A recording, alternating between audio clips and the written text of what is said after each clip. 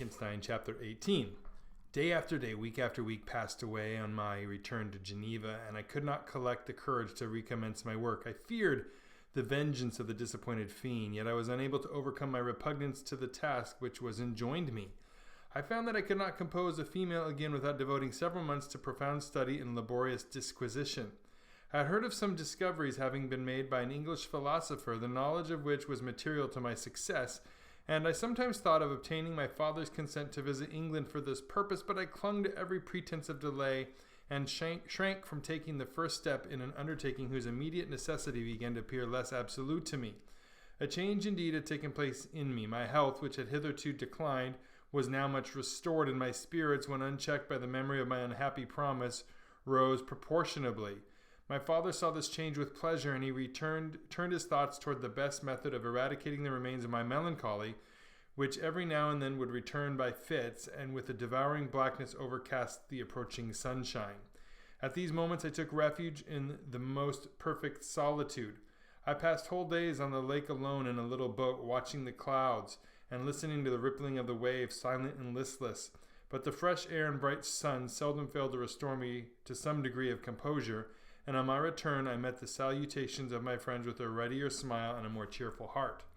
It was after my return from one of these rambles that my father, calling me aside, thus addressed me. "I am happy to remark, dear son, that you have resumed your former pleasures and seem to be returning to yourself, and yet you are still unhappy, and still avoid our society. For some time I was lost in conjecture as to the cause of this, but yesterday an idea struck me, and if it is well founded, I conjure you to avow it. Reserve on such a point would not only useless, but draw down treble misery on us all." I trembled violently at his exordium, and my father continued, "I confess, my son, that I have always looked forward to your marriage with our dear Elizabeth as the tie of our domestic comfort and the stay of my declining years. You were attached to each other from your earliest infancy. You studied together and appeared in dispositions and tastes entirely suited to one another. But so blind is the experience of man that what I conceive to be the best assistance to my plan may have entirely destroyed it. You, perhaps, regard her as your sister without any wish that she might become your wife. Nay, you may have met with another whom you may love, and considering yourself as bound in honor to Elizabeth, the struggle may occasion the poignant misery which you appear to feel. My dear father, reassure yourself. I love my cousin tenderly and sincerely. I never saw any woman who excited, as Elizabeth does, my warmest admiration and affection. My future hopes and prospects are entirely bound up in the expectation of our union. The expression of your sentiments on this subject, my dear Victor, gives me more pleasure than I have for some time experiences. If you feel thus, we shall assuredly be happy. However, present events may cast a gloom over us. But it is this gloom which appears to have taken so strong a hold of your mind that I wish to dissipate. Tell me, therefore, whether you object to an immediate solemnization of the marriage.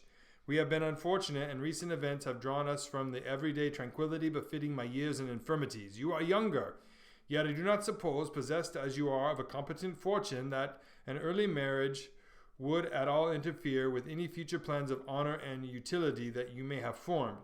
Do not suppose, however, that I wish to dictate happiness to you, or that a delay on your part would cause me any serious uneasiness.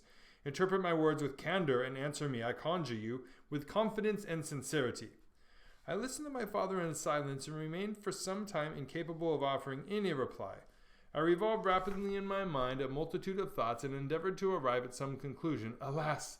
To me the idea of an immediate union with my Elizabeth was one of horror and dismay. I was bound by a solemn promise, which I had not yet fulfilled, and dared not break, or if I did, what manifold miseries might not impend over me and my devoted family. Could I enter into a festival with this deadly weight yet hanging around my neck and bowing me to the ground?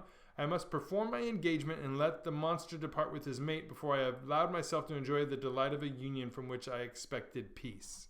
I remembered also the necessity imposed upon me of either journeying to England or entering into long correspondence with those philosophers of that country whose knowledge and discoveries were of indispensable use to me in my present undertaking. The latter method of obtaining the desired intelligence was dilatory and unsatisfactory. Besides, I had an insurmountable aversion to the idea of engaging myself in my loathsome task in my father's house while in habits of familiar intercourse with those I loved. I knew that 1,000 fearful accidents might occur, the slightest of which would disclose a tale to thrill all connected with me with horror. I was aware also that I should often lose all self-command, all capacity of hiding the harrowing sensations that would possess me during the progress of my unearthly occupation. I must absent myself from all I loved while thus employed. Once commenced, it would quickly be achieved, and I might be restored to my family in peace and happiness. My promise fulfilled, the monster would depart forever, or, so my fond fancy imaged, some accident might meanwhile occur to destroy him and put an end to my slavery forever. These feelings dictated my answer to my father. I expressed a wish to visit England, but concealing the true reasons of this request, I clothed my desires under a guise which excited no suspicion, while I urged my desire with an earnestness that easily induced my father to comply. After so long a period of an absorbing melancholy that resembled madness in its intensity and effects, he was glad to find that I was capable of taking pleasure in the idea of such an adventure, such a journey, and he hoped that change of scene and varied amusement would, before my return, have restored me entirely to myself. The duration of my absence was left to my own choice. A few months, or at most a year, was the period contemplated. One paternal kind precaution he had taken to ensure my having a companion. Without previously communicating with me, he had, in concert with Elizabeth, arranged that Clerval should join me in Strasbourg.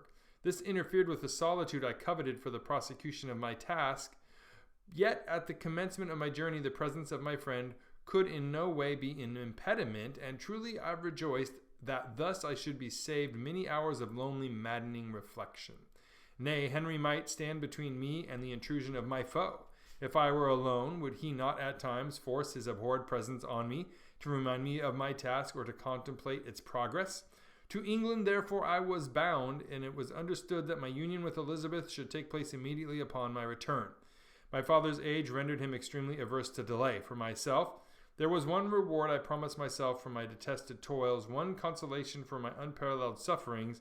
It was the prospect of that day when, enfranchised from my miserable slavery, I might claim Elizabeth and forget the past in union with her. I now made arrangements for my journey, but one feeling haunted me which filled me with fear and agitation. During my absence, I should leave my friends unconscious of the existence of their enemy and unprotected from his attacks, exasperated as he might be by my departure. But he had promised to follow me wherever I might go, and would he not accompany me to England? This imagination was dreadful in itself, but soothing inasmuch as it supposed the safety of my friends. I was agonized with the idea of the possibility that the reverse of this might happen, but through the whole period during which I was the slave of my creature, I allowed myself to be governed by the impulses of the moment, and my present sensation strongly intimated that the fiend would follow me and exempt my family from the danger of his machinations. It was in the latter end of September that I again quitted my native country. My journey had been my own suggestion, and Elizabeth therefore acquiesced, but she was filled with disquiet at the idea of my suffering away from her the inroads of misery and grief. It had been her care which provided me a companion in Clerval, and yet a man is blind to 1,000 minute circumstances which call forth a woman's sedulous attention. She longed to bid me hasten my return. 1,000 conflicting emotions rendered her mute as she bade me a tearful, silent farewell. I threw myself into the carriage that was to convey me away, hardly knowing whither I was going, and careless of what was passing around. I remembered only, and it was with a bitter anguish that I reflected on it, to order that my chemical instruments should be packed to go with me. Filled with dreary imaginations, I passed through many beautiful and majestic scenes, but my eyes were fixed and unobserving.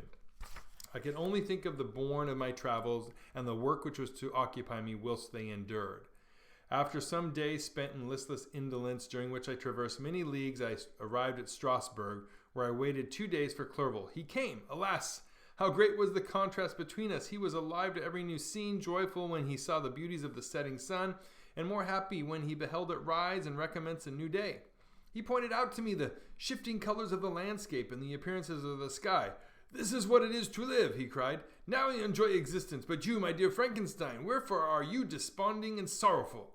In truth, I was occupied by gloomy thoughts, and neither saw the descent of the evening star nor the golden sunrise reflected in the Rhine. And you, my dear friend, would be far more amused with the journal of Clerval, who observed the scenery with an eye of feeling and delight, than in listening to my reflections, I, a miserable wretch, haunted by a curse that shut up every avenue of enjoyment. We had agreed to descend the Rhine in a boat from Strasbourg to Rotterdam, whence we might take shipping for London. During this voyage we passed many willowy islands and saw several beautiful towns. We stayed a day at Mannheim, and on the 5th from our departure from Strasbourg, it arrived at Mayence. The course of the Rhine below Mayence becomes much more picturesque. The river descends rapidly and winds between hills, not high but steep and of beautiful forms. We saw many ruined castles standing on the edges of precipices, surrounded by black woods, high and inaccessible. This part of the Rhine indeed presents a singularly variegated landscape. In one spot you view rugged hills, ruined castles overlooking tremendous precipices, with the dark Rhine rushing beneath, and on the sudden turn of a promontory, flourishing vineyards with green sloping banks and a meandering river and populous towns occupy the scene. We traveled at the time of the vintage and heard the song of the laborers as we glided down the stream. Even I, depressed in mind and my spirits continually agitated by gloomy feelings, even I was pleased. I lay at the bottom of the boat, and as I gazed on the cloudless blue sky, I seemed to drink in a tranquility to which I had long been a stranger.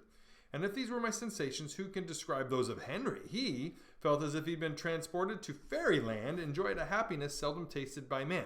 I have seen, he has said, the most beautiful scenes of my own country. I have visited the lakes of Lucerne and Uri, where the snowy mountains descend almost perpendicularly to the water, casting black and impenetrable shades, which would cause a gloomy and mournful appearance were it not for the most verdant islands that relieve the eye by their gay appearance. I have seen this lake agitated by a tempest, when the wind tore up whirlwinds of water and gave you an idea of what the waterspout must be on the great ocean, and the waves dashed with fury the base of the mountain, where the priest and his mistress were overwhelmed by an avalanche, and where their dying voices were still said to be heard amid the pauses of the nightly wind. I have seen the mountains of La Valais and the Pays d'Avon, but this country, Victor, pleases me more than all the wonders. The mountains of Switzerland are more majestic and strange, but there is a charm in the banks of this divine river that I never before saw equaled. Look at the castle which overhangs yon precipice, and that also on the island, almost concealed amongst the foliage of those lovely trees, and now that group of laborers coming from among their vines, and that village half hid in the recess of the mountain. Oh, surely the spirit that inhabits and guards this place has a soul more in harmony with man than those who pile the glacier or retire to the inaccessible peaks of the mountains of our country. Clerval, beloved friend, even now it delights me to record your words and to dwell on the praise of which you so eminently are deserving. He was a being formed in the very poetry of nature. His wild and enthusiastic imagination was chastened by the sensibility of his heart. His soul overflowed with ardent affections, and his friendship was of that devoted and wondrous nature that the worldly minded teach us to look only for the imagination. But even human sympathies were not sufficient to satisfy his eager mind.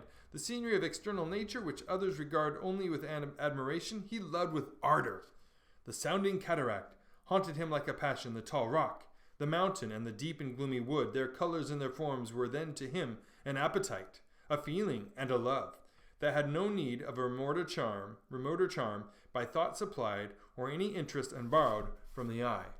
And where does he now exist? Is this gentle and lovely being lost forever? Has this mind so replete with ideas, imaginations fanciful and magnificent, which formed a world whose existence depended on the life of its creator, has this mind perished? Does it now only exist in my memory? No, it is not thus. Your form, so divinely wrought and beaming with beauty, has decayed, but your spirit still visits and consoles your unhappy friend. Pardon this gush of sorrow. These ineffectual words are but a slight tribute to the unexpected worth of Henry, but they soothe my heart, overflowing with the anguish which this remembrance creates. I will proceed with my tale. Beyond Cologne, we descended to the plains of Holland, and we resolved to post the remainder of our way, for the wind was contrary, and the stream of the river was too gentle to aid us.